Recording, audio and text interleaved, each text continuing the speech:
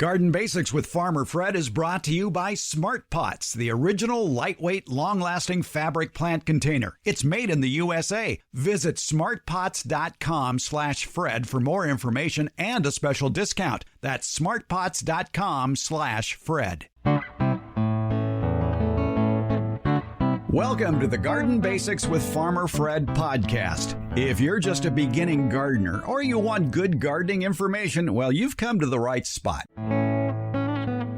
We like to answer your garden questions here on the Garden Basics podcast. Gail in Napa, California writes in and says, "Hi, Farmer Fred. I have 3 tea roses planted in a nice sunny spot with good airflow. I planted them about 7 years ago, and one of the roses always has strange colored leaves. They range from yellow to mottled red. It still blooms, but the flowers are small. The other 2 bushes don't have the same problem. And after I did some research, I'm thinking this rose has the Mosaic virus, even though I bought it from a reputable nursery. Can you tell if I have this virus? If so, should I destroy this bush? Thank you for your great show. It is extremely helpful." Gail, thanks for writing in. And thanks for sending the pictures of what your rose leaves look like. And I'll be posting that picture with today's episode. So let's call in a master Rosarian and get the lowdown on this Mosaic virus. We are talking with Charlotte Owendyk. She is a master Rosarian with the Sierra Foothills Rose Society. And Charlotte, I've been getting a lot of questions from people asking about the funny yellow striations on their leaves, on their roses, and it seems to go back to this virus. That's correct. Rose mosaic virus, it's yellow or white. It's kind of mottled on the green. The picture is a perfect example of that. And it's funny. It usually exhibits in the spring and the fall. In the hot weather, it disappears. It gets masked by the green chlorophyll on the plant. So you might think it's gone, but it's not. I think the listener has done an excellent job of figuring out what she has. And she's already come up with the solution, because some roses are affected more by rose mosaic virus than others. And she's saying it's got smaller blooms and less blooms. Because of that, she's saying I need to shovel prune. And that's a term us Rosarians use when we want to get rid of a rose plant. It's shovel pruning it. She needs to shovel prune it. As a rule, I don't have any plants with rose mosaic virus in my garden. They have not shown how it moves from one plant to another. They haven't found a vector, which is a type. Sometimes that's an insect that moves it back and forth. They thought at one time it was caused by pruning. They couldn't demonstrate that it was caused by pruning. So, she has one plant and she's had it for 7 years, and none of the other plants in the area have shown that virus. So that's an indicator it's not going by your pruning process. The other thing is at one time they thought, well, maybe it's root to root transfer, but they did some tests on that and they couldn't prove that either. So what is normally done in the University of California at Davis, they have a program where they make sure that they, because a lot of our roses are on rootstock, they do virus index rootstock. They sell rootstock that is virus free to all the rose growers, and they plant and put the rose that we want on that rootstock, and therefore you get virus-free plants. But sometimes there's a problem, and I don't know when it happens. Like I say, I got a brand new rose, and I won't mention who I got it from. It had rose mosaic virus, and I mentioned it to the thing, and I got a replacement. I was lucky enough that it showed before I had it a year. So sometimes it just shows up. Like I say, if it's really hot, you'll never see it, and sometimes it doesn't have it. But as the plant gets older, sometimes you see more evidence of it. My recommendation is shovel prune it and get something else. Get a newer variety of rose that's probably more resistant to other diseases and one that you'd like. There's so many good roses on, that have been introduced into the market. What if you really like the flower on this particular rose? I got an email from one gentleman who said, yeah, I've had a rose with the rose virus and I've had it for 8 years, but I really enjoy its blooms and I'm keeping it. Oh, you can do that. A lot of people do that. And since they can't prove how it transfers, it'll be just on that one bush. As I mentioned earlier, some roses can tolerate that virus more than others. They're still pumping out the blooms and they're still growing well. And if that bush wasn't blooming as good and didn't look as healthy, then he probably want to get rid of that bush and get another one. You can get the exact same rose again if it's available on the market. It probably will not have the virus at that point, and then you have a good bush. The University of California talks about the rose mosaic virus. We'll have a link to that page in the show notes. And they say that this virus infects roses through budding, grafting, or rooting cuttings from infected plants. And roses infected during propagation can be symptomless until after they are planted and begin growing in the landscapes. And a lot of people who grow roses have gotten rather fond of starting new roses from cuttings. It's a fairly easy process, but you really don't want a cutting of a rose that has this virus. That's correct. Yeah. I've got a couple of cuttings starting because I have some bushes that nobody else has at this point. And one's called Pink Poodle. And as you know, I have some poodles. So I'm kind of fond of that. But it has no virus. I'm a responsible Rosarian. The University of California also says that virus-infected plants may grow more slowly, produce delayed or fewer flowers, and become more susceptible to frost damage. But the severity of damage varies depending on what kind of rose it is. Yep, on the variety, yeah. What it is it basically reduces the amount of chlorophyll in the leaves. So it's going to be a little slower grower. I don't know if other people have noticed that, but if you have a variegated plant versus one that's totally green, or a plant that has a chartreuse coloring versus regular typical green, that plant will grow slower because it has less chlorophyll. Same growing conditions, you can put, let's say, feverfew, which is an herb. It produces daisy-like flowers. Mm-hmm. You have the green variety, green leaves, and then you have the chartreuse color. The chartreuse one will be about at least 6 inches shorter and a little bit smaller in stature than the green one. So that's because it has less chlorophyll. It has chlorophyll uses the sun's light and water to produce the carbohydrates, the sugars that the plant needs to grow. So it's less vigorous. And you find that in the case with all variegated plants too, because it has less chlorophyll. It has more white, let's say, or gray in the leaves. So that's a general rule of thumb. So I want something that's not as big as something. Then I look to see if they have a variegated, or, sometimes they've done the breeding and it's still green and it's slower and smaller in stature. But sometimes you can do it, and that's nature's way of slowing the growth. It just works that way. Nature can be tricky, too. University of California points out that some infected roses exhibit no damage symptoms. And boy, that would be kind of risky. Well, that's why they have this program where they provide index stock. What they do is they take pieces of the material, the root, and they actually use an electron microscope, or they probably do something a little bit more sophisticated now. That's at one time, that's how they used to do it. And they actually would check to see if there's viruses in the cell. Gail in Napa pointed out that, yes, she has that yellowing strange color, but also a red mottled color that you can see in the picture that I posted with this episode. Is that common as well? It varies with the plant. Yes, you can see that. It's just not normal. You have different colors of leaves. I've got some plants that the leaves are kind of a rooty, kind of a bronzy reddish, but it's all one color. And these are mottled. That's the key ender. The color is mottled, and it's not the whole leaf.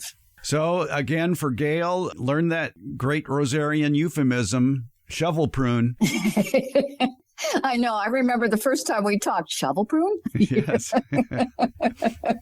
We shovel prune for various different reasons. Sometimes we don't like the bush. Sometimes the bush is not perfect, or sometimes it's a disease magnet. It's sometimes that we didn't realize the bush had that many. We ordered it on a catalog and it comes and it has lots of thorns. We don't like lots of thorns. We get rid of it. So there's a lot of different reasons. We have one more question from a listener about their rose, and they wrote in and said, over the winter, a volunteer nasturtium decided to climb through my lighter rose bush. My wife likes the way it looks. I think it might be harming the rose bush and want to take it out. Can you solve this dilemma for us? And it really is kind of a nice structure. It's a beautiful picture. You sent me the picture, and I go, oh, that nasturtium is very, very, it's almost like a climbing nasturtium. You can't even see the rose for the nasturtium. The branches are sticking above the nasturtium in the picture. Well, maybe 6 inches above. That's all you can see. Yeah. The rest is nasturtium. I think the owner of the rose also hasn't had a chance to get in there to prune it because of that nasturtium. That's correct. Well, light is a big, in fact, I'm in my dining room and I'm looking outside. Light is a big, I don't know. Do you have Lida? I thought you may have Lida. I do have a Lida rose, yes. I thought you had a Lida. It's a fairly large shrub rose because mine is about 4 feet, 3.5, 4 feet tall. I had the same problem, but instead of nasturtium, I had Roxanne geranium do that to a shorter stature rose. It was a red rose that only gets about 3 feet tall and 3 feet wide. And Roxanne, which was planted next, decided to grow up through that rose. And Ingrid Bergman's the name of the red rose. Beautiful rose, by the way. I couldn't see the bush. And it didn't bloom very much because there's a little thing that happens when it becomes, you can't see the bush and all you see is the leaves of the nasturtium or the Roxanne. That means the leaves of the rose are not getting any sunlight or not enough. And roses like to be in full sun. And if they don't get full sun, they don't bloom. They don't get enough sunlight. So it gets smothered, so to speak. It's like putting a blanket on top of your rose. But eventually the nasturtium, I'm sure, will be removed. Yeah, and that's fine. What I would probably do, that nasturtium's gone crazy. It's almost like it's my understanding some nasturtiums will kind of climb like that. I'd probably remove that one and at the base, pull it away, do some cleanup on the rose, open up the center and do some cleanup pruning on that, fertilize the rose, and it'll be just fine. And if you want to put nasturtiums down there, put a variety. There's so many nice variety of nasturtiums. I got some seeds I want to try this year in my yard. Just put them in there and it'll be a nice ground cover underneath the Lida rose. And then you'll have the rose and you'll tell the Lida not to do that. Well, or if you have a climbing nasturtium, put itself somewhere else and give it a little something to climb up on. It'll be happy. I have a funny feeling that this rose owner is waiting for this nasturtium to go into decline so he can say to his wife, I'll remove this now. The nasturtium is fading away because it's getting too warm for it. Yeah. Well, they usually die back in the winter. Well, around here they can last through the winter. So yeah, they do. My mother had nasturtiums underneath a tree down in Southern California. It was basically a ground cover. But one way to hasten the decline of the nasturtium would be to make some snips at the base of the nasturtium. You got it. That's you're in my mind. One or two will, as you call them, snips will do the trick. Yeah. Okay. All right. I'm sure the Rosarian or the rose person will thank you. If it's around, you can do a couple snips and just keep a few of the nasturtiums in the Lida. Give the Lida some breathing room. Because it's not seeing any sunshines and it's not happy. And it's probably, I don't know what the foliage looks like underneath it. I'm not quite sure where it is, but it's probably got maybe some mildew on it. It may, depending on how wet it is, it may have some black spot and it's not putting out any blooms. So why have a rose that you basically got a nasturtium on some sort of trellis and your rose is being the trellis? Because the rose is not getting any sunshine. Since you brought it up, let's talk about other springtime maladies of roses that just might be going on. I mean, when I think of roses in the springtime, the first thing I think about are aphids. Oh, aphids. Actually, I was strolling a neighbor's garden of mine, and she says, I haven't seen any aphids. And as we were walking through her garden, she has 300 roses. We finally found 3 or 4. Yeah, but are there any buds for them to glom onto? Oh, yeah. Tons of buds and tons of fresh new growth. Okay. And I haven't seen any aphids in my yard, but I've seen ladybugs already. I have a no spray garden, and she does too. And it's all between the balance between the predators, the good guys, and the bad guys. Amen to that. Yes. I'm always rooting for the good guys. And I have a hummingbird feeder. I have a finch feeder. I have a lot of little tiny birds. Do you realize hummingbirds love aphids? I did not know that.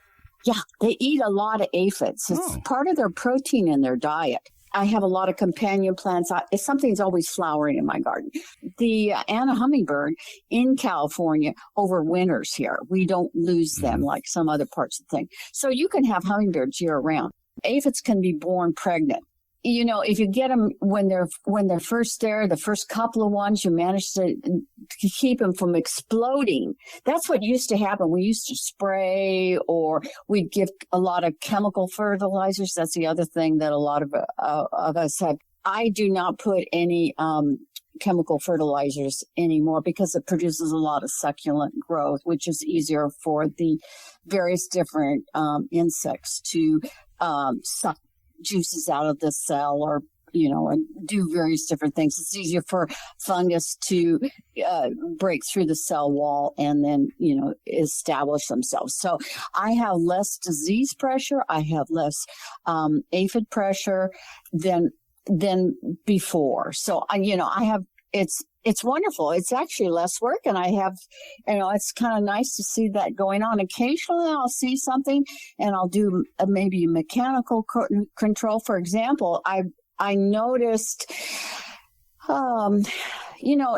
we get the rain and lots of times the best time of year to get black spot is when you get a warmer rain in the spring, and then that's the time you get some black spot damage. Well, I have tree roses, for example, my Julia Child tree roses, because they're significantly higher. The bush part is at least 3 feet above the ground. They don't get any black spot. Very seldom do I get black spot up there. But my little miniature roses that are right close to the ground, I get black spots. So this year, after I pruned, I put a layer of kind of a fir bark soil conditioner that could be used as mulch around the drip line of all my roses as I pruned. I don't have any black spot except the ones I didn't prune or didn't have a chance to put that around. I feel so proud of myself. Well, before we skip to the fungus black spot, let's one more thing about aphids. Get back to the aphids, right? One thing about aphids, I know, and it works for me, and I love to do it, is when I see them all clustered on a bud, I love to spray water on them. Oh, yeah. Give them a shower and wash them down, and then all the other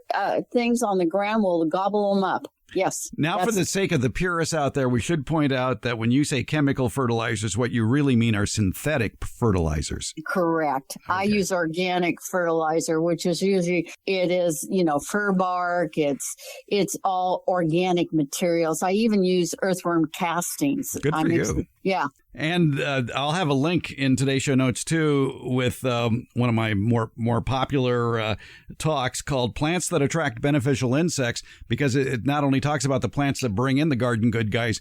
I have pictures of all their life stages so you can see what a teenage ladybug looks like. It doesn't look like the adult ladybug, the teenage. Oh, no, it's actually really cool looking. Yeah, it looks like an alligator. Yes, exactly. Only more colorful. Yes, yeah, wearing a San Francisco Giants warm-up jacket. Yeah, it's really cool. Yeah, and they're the ones that eat the aphids. Oh, yeah. And praying mantis, and they're a weak link in that thing. Don't think about them. I'd go the soldier beetles, lacewings, there's spiders, minute pirate bugs. There's tons of those. And like I say, don't forget the hummingbirds. Yeah, really. I have a list of beneficials for roses. I've got tiny parasitic wasps, minute pirate bug, lacewings, ladybugs, soldier beetles, which are also called leatherwings, syrphid flies, predaceous mites, thrips, and spiders. Yep. They're all good guys. And the thing is, when you don't spray insecticides and stuff, the good guys keep the bad guys at bay. And there's a balance that occurs. Occasionally it gets a little bit out of whack, but then I'd like to suggest using mechanical controls like hosing things off. Mm-hmm. That works very good for spider mites in the heat of the summer because they are underneath the leaves. So I just wash the underside of the leaves several times during a week or 10 days, and they're gone. If we're talking about black spot, that's a fungus, and that requires free water to reproduce, which means you don't want to keep your leaves wet. No, you got to. Well, the thing is, do it in the morning. Make sure the leaves are dry by nighttime. Right. And tell the rain to stay away at night. Yes, that's right. As we're looking at maybe some rain tonight. I love rain. I do the newsletter for a couple of rose societies. And when I have to work on a newsletter and it's beautiful outside, I'm not happy. So what do you do for black spot? After I prune, I'm very religious about taking all the plant material and tossing it in the trash can. All the leaves from the season, they probably have some black spore on it, or it's dropped and it becomes leaf litter, and that's a source of black spot. I do not do anything for black spot per se because I'm a no spray garden. This year, as I mentioned, I put soil, a kind of a light weight mulch around the drip line of my roses because I know there's black spores in the soil, and when the water droplets hit, it splashes up, and that's how it gets infected. I don't have any of that, so I figured that was a good mechanical way of dealing with that. If I do, and I had black spot, the reason I did it is I noticed over a couple of years, I kept on saying, well, I'll put compost down. Well, I never got the time I got compost down, it was after the rains, because compost when it's wet is heavy. So I decided I'm just going to get some bag stuff and put it around my roses.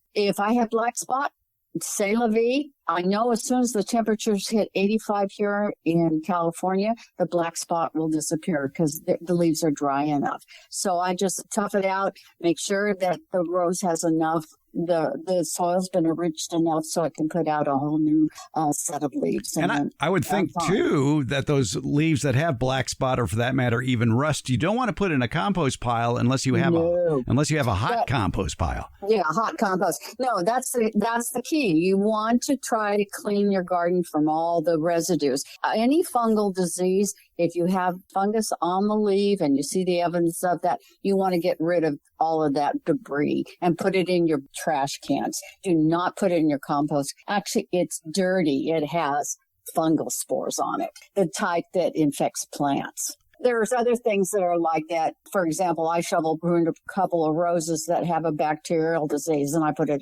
in a plastic bag and I toss it. There's a few other things that you have to do that with.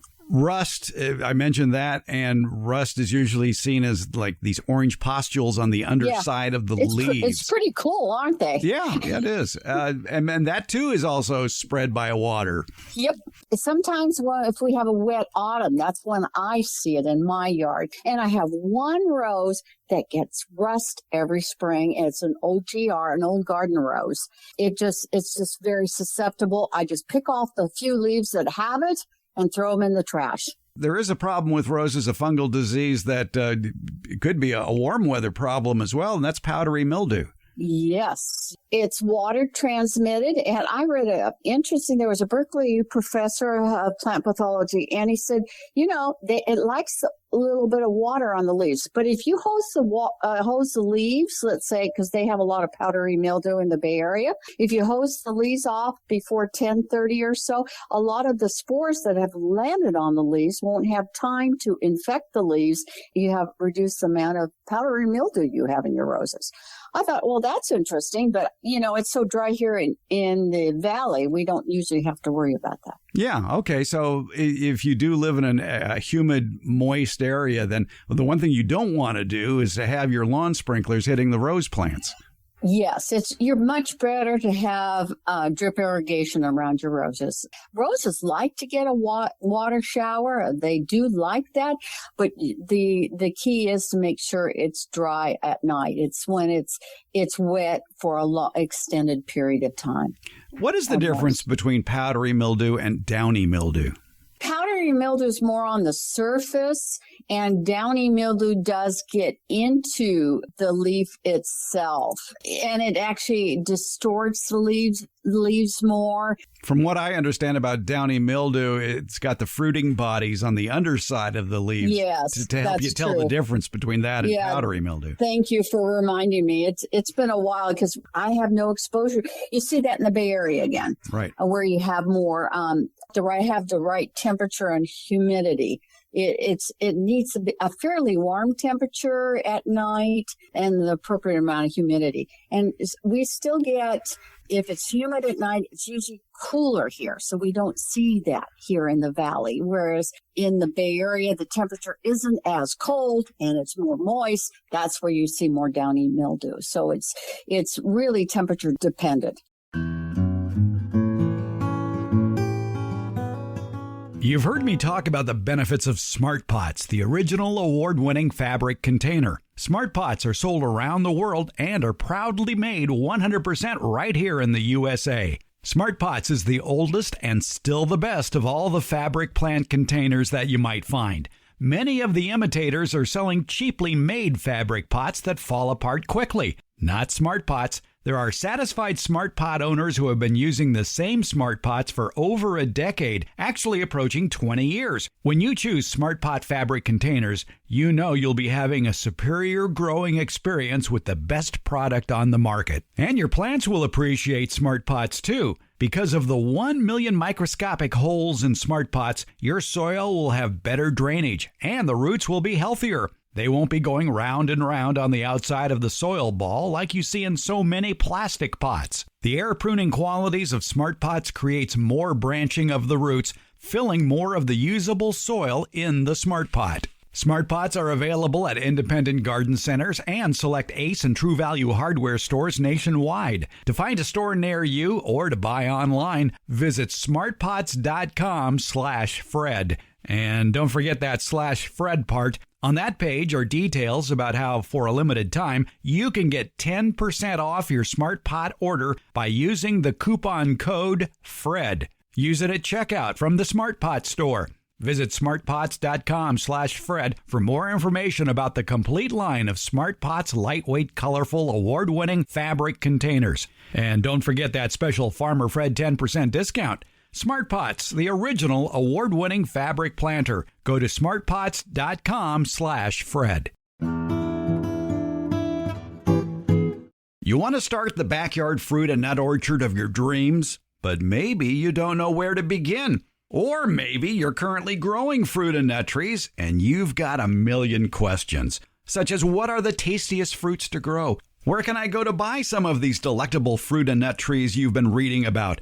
And then how do you care for all of these trees, including planting, pruning, and harvesting? I've got one online stop in mind for you where all these questions you might have will get answered. It's DaveWilson.com. That's Dave Wilson Nursery, the nation's largest wholesaler of fruit and nut trees for the backyard garden. They have planting tips, taste test results, and links to nurseries in your area that carry Dave Wilson fruit trees. Click on the Home Garden tab at DaveWilson.com for all of these links, including a link to their years of informative videos about growing fruit and nut trees that they've posted on the Dave Wilson Nursery YouTube channel. Start the backyard orchard of your dreams at DaveWilson.com. Let's get back to our conversation about spring rose care tips with Master Rosarian Charlotte Owendyk. One interesting development that can happen on your rose leaves throughout the spring and summer, and it sends new rose growers into a tizzy, is how are these half circles disappearing from the leaves of my rose plants? What's going on here? You got a form of I guess they call them cutter bees. Yeah, leaf cutter bees. Yeah. Yes, they cut half circles out. Perfect half circles. I think that's so cool. I'm cool with that. They use that to build their nests. Right. So it's not a problem. Not a problem. I just go, oh, good, I got bees. And, that's good for my vegetable garden. I'm hearing voices through the window here in the Abutilon jungle, and they're coming from, it sounds like they're coming from east of the Mississippi, and they're all saying, what about Japanese beetles? Oh, well, we don't have them here. I think we've had maybe one infestation and they controlled and eradicated. It's basically on the Midwest and the East. We have a thing that's called a Hoplea beetle, but it just comes up and then it goes away. So it doesn't do a significant amount of damage. But the Japanese beetle is primarily eats the roots of your turf grasses. And so you'll get brown spots in your grass. And then in midsummer, July and August, they emerge. And then they start eating stuff above because they're looking for each other. They're actually trying to find a mate and have a good time, so they can reproduce and propagate. I've read that some people, they plant zonal geraniums, pelargoniums, because that's close to the ground, and that's an indicator of how many Japanese beetles they get, and then they gather them, put them in soapy water, get rid of them in a mechanical way, and that reduces the population, or if they have more, they may end up doing some sort of spraying. I think they use BT, which is a bacteria. That's a very common thing they use, Bacillus thuringiensis. That's it. I always trip over the second name. And they use that for that. And you can also use that if you have it on the grass. They have forms of it that's granulated. You can spread on your grass because it's a real turf. It damages your turf so much. So they used to have a major problem with it till they figured out the appropriate controls. And you're best off using more like the BT and stuff like that for controls, or soapy water, or just mechanical knocking them off. Or in some cases, they say since they're only there for like 30 days, cut off all the roses. That's what they're going. They're going for the lovely, delicious, sweet things. So just cut off all your roses and it'll help. Maybe they'll go to your neighbor's roses and will go in the neighbor's lawn, and they won't bother you as much. I like your idea of planting geraniums in front of your roses, or even surrounding your roses, because that's what the Japanese beetles will hit first. So when you see them on the geraniums, you can stop them from climbing up into your roses because by they're getting small them at that time. Yeah, I saw that. I go, oh, see, and that's all because as people get used to it, people start noticing that some people are so observant, and they say, hey, that's where they go first. If I get rid of all the little stuff before it gets too big, then I don't have as much damage on my roses or other plants. Yeah, it's people are, they figure things out. Exactly. And there are biological controls. You don't have to reach for heavy-duty chemicals necessarily to go after the Japanese beetles. Yeah, biological controls. There's parasites, nematodes, and other biological Oh, that's the approaches. other thing. There's even a nematode you can put on the grass that will eat the grubs that are underneath in the soil. Yeah, so I think that's the way to go. I don't like spraying. I don't want to touch things. I don't want to be exposed to all those chemicals. We have enough exposure to chemicals as is. So I'm not going to bring it into my garden. I spend too much time in my garden digging in the dirt to plant stuff that's toxic to me and to others. And to me, it's more work. Because if I get the beneficials out of balance, then you get inundated with other pests. If you get rid of one pest and you don't have some beneficials, then another pest may come in like aphids, and then they take over. No, I don't want that. I want my birds and I want my beneficials to do the work for me. A couple of things the USDA points out about Japanese beetle controls using BT and milky spores. The BT, it's a stomach poison and is ingested by the grubs. The effectiveness, though, is basically for use on the grub stage only. And the same is true with milky spores. These spores germinate in the grub's gut, infect the gut cells, enter the blood where those spores multiply. And then the buildup of the spores in the blood causes the grub to take on the characteristic milky appearance. Yep. It kills them when they're in the ground. And they're in the ground basically 11 months of the year. So that's the best place to deal with them. Yeah. And, one good way to, if you see, like you mentioned, the browning area of your lawn, is that infected by the grub of the Japanese beetle? Well, take out a core, do a shovel deep on 4 sides of that brown area. Get the brown area and part of the green area as well. And make the brown area they've already eaten. They're eating on the edges. Right. So you go out and you take out that big chunk of soil that might be 8 by 8 by 8 or whatever, and pull it up maybe 6-8 inches deep and start counting the grubs. Yep. That's perfect point. That's the best way to deal with that, and get it before they emerge. All right. Before we run out of time here, I want to talk about a operator error problem in the springtime on roses, but it was an operator error that probably happened in the wintertime, and that was spraying for weeds. A lot of people think that certain weed killers, like any that contain the active ingredient glyphosate, it's not going to harm a leafless rose bush, and they have roses around their weeds, and so they figure, well, I can spray in the wintertime. There's no leaves on the roses. They'll be okay. Not so fast there. Those roses have kind of a thin skin, don't they? Yeah, they really do. And they're active growers, and they absorb glyphosate. They're like a sponge, and it generates contorted growth. The leaves get red. It damages the rose, and if you have enough damage, there's no way you can, the rose does not recover. Contorted growth is the fingerprint of glyphosate damage, and it's not going to manifest itself until the rose is growing. That's correct. Even if you think it's a quiet day and you're just going to do a little spot thing of, let's say you have Bermuda grass or you have some other noxious weeds in your rose bed and you put that down, it'll dry real fast, but as it dampens off or a little bit wafts up and hits an actively growing rose, you'll get the same sort of damage. It is so sensitive. So sensitive. One point I do want to make about glyphosate, a lot of people don't even use the word glyphosate. They'll just say Roundup. Mm-hmm. Well, if you've been following the news, you know that the Bayer Corporation is spending a lot of money in court losing glyphosate cases. And Bayer has, for some reason, kept the name Roundup, but they're changing the active ingredients. Oh, really? And not including glyphosate. They're including things like tricloper, fluazafop, and diquat. Instead, you may see and you may not see. There's still a lot of Roundup formulations on the market that still have glyphosate as the active ingredient, but you may see in certain stores or as time goes by, more active ingredients that are not glyphosate. And so they're kind of, I guess, getting rid of the glyphosate issue and just going with these others. I'm not sure how effective these other active ingredients are. That would be my question. Yeah, but this all goes back to what we've been saying for 100 years is read and follow all label directions. And part of your reading when you're going to buy weed killer is see what the active ingredients are. Tricloper is a common ingredient, by the way, in a lot of brush and vine control products. So that might work in your palm situation.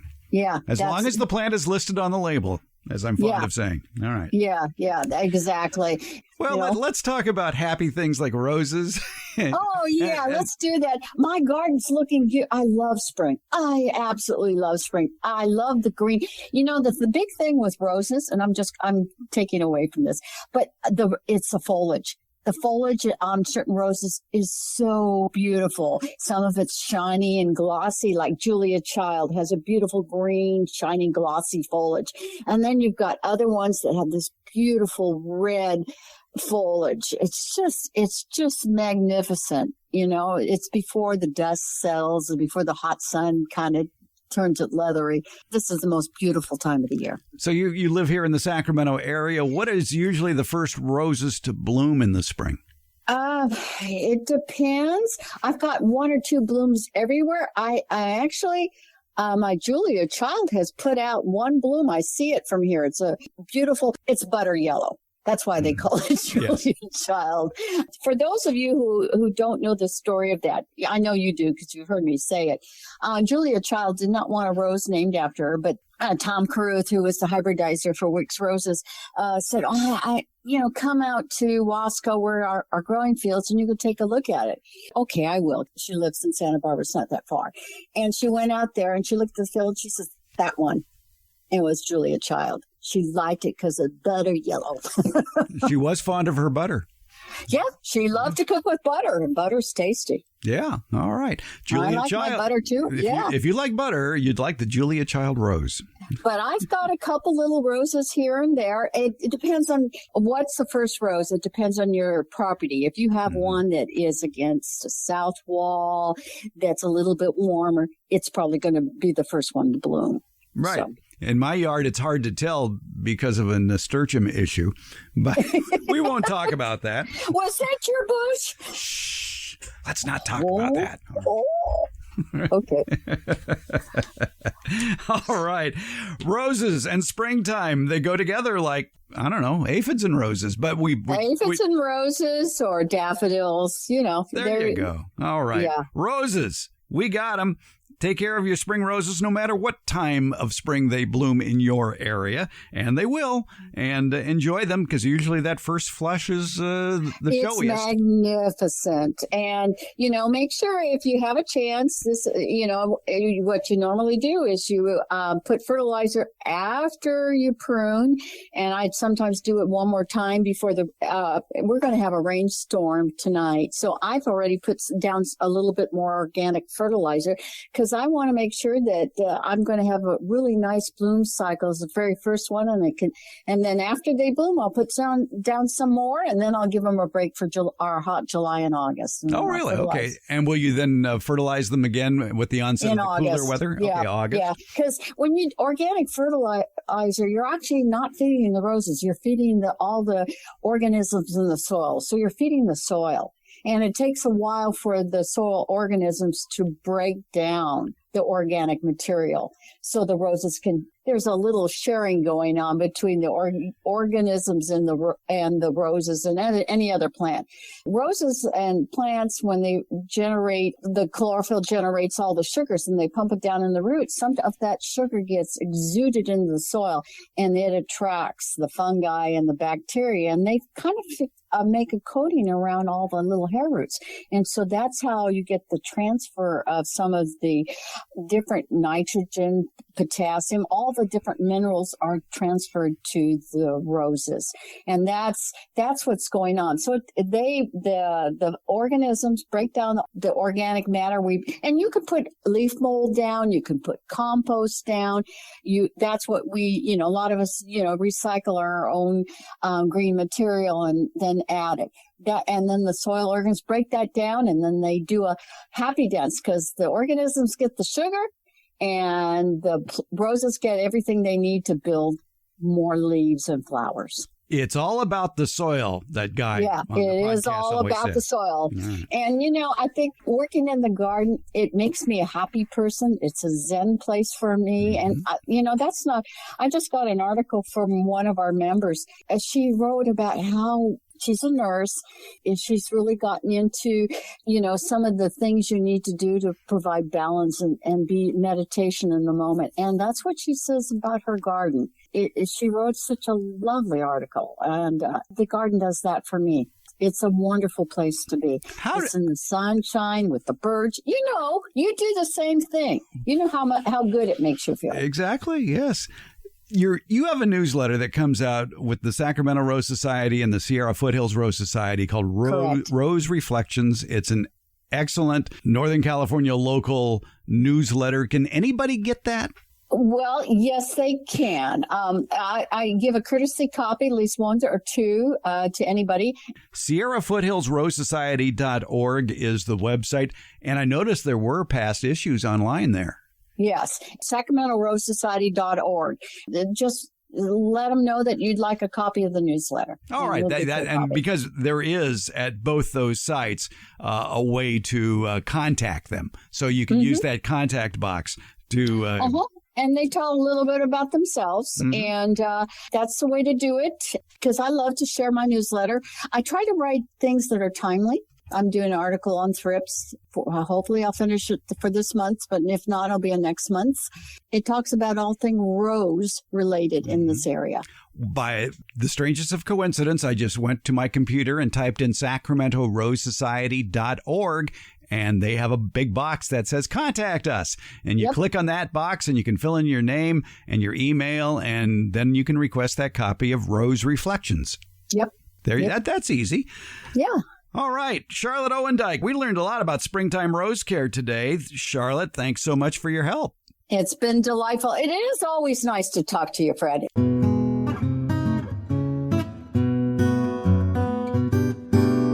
In today's episode, I mentioned several times about including pictures about the rose issues that we were talking about today with Master Rosarian Charlotte Owendyk, including what the rose mosaic virus disease looks like, what aphids might look like on a rose in spring, what a rose covered in a wild vining nasturtium plant looks like, maybe a picture of one of Charlotte's favorite rose varieties, the Julia Child, and maybe a picture of what that lighter rose looks like when it's not covered in a blooming nasturtium.